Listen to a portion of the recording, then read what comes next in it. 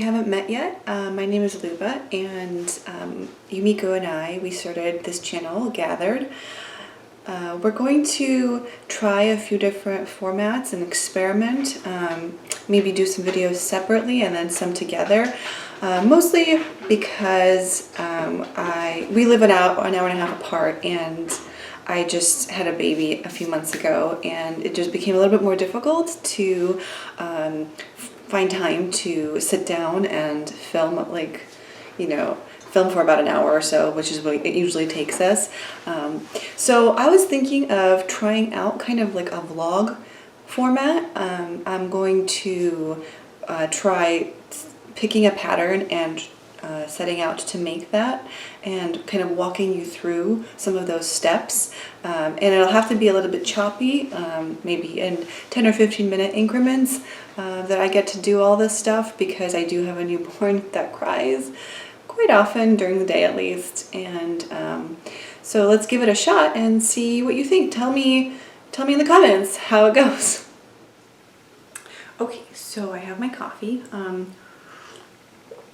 It's about 10:40 in the morning, and the baby has been asleep for a bit, and so I'm gonna get started on my first project. So my first project is going to be this onesie. It's so cute in the picture, and I just couldn't resist, and I've been putting off making baby clothes for the longest time. As some other vloggers have said, it could be a bit fiddly, and that's exactly why I have been putting it off. Here's the fabric I'm going to show you.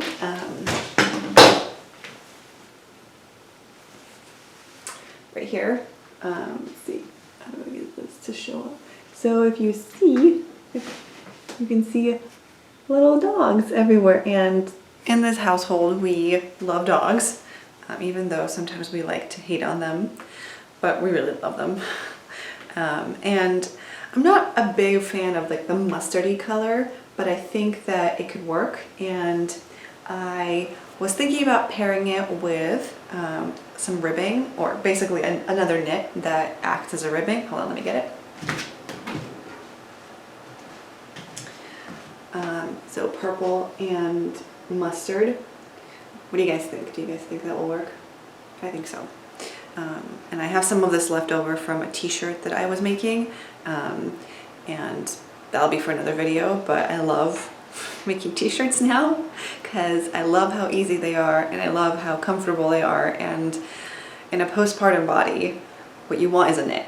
There's just no other way around it. Okay, here I go.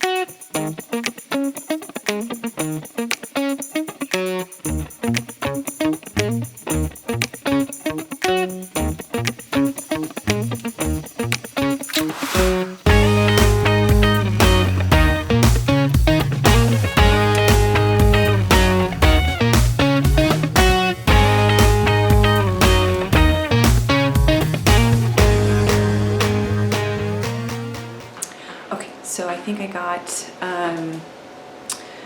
all my pieces cut out. I'm going to see if I can go sew something right now. Baby's kind of sleeping but also awake. It's gonna be a challenge finding a good chunk of time, but we're gonna give it a shot. Okay.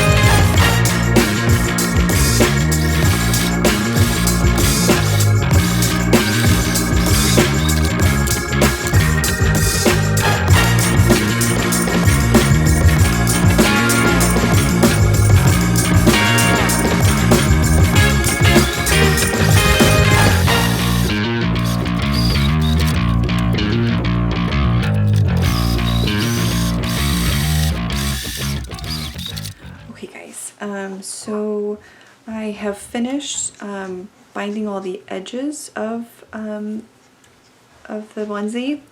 All of the pieces are separate so far.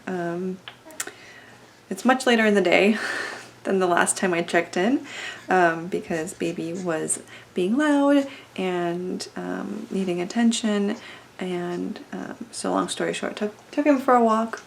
We're back now. He's just hanging out in the sewing room with me.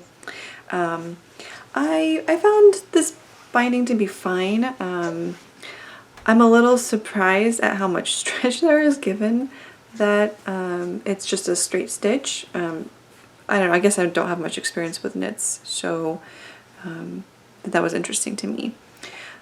Everything else has been just fine with this pattern so far. I'm looking forward to assembling it finally.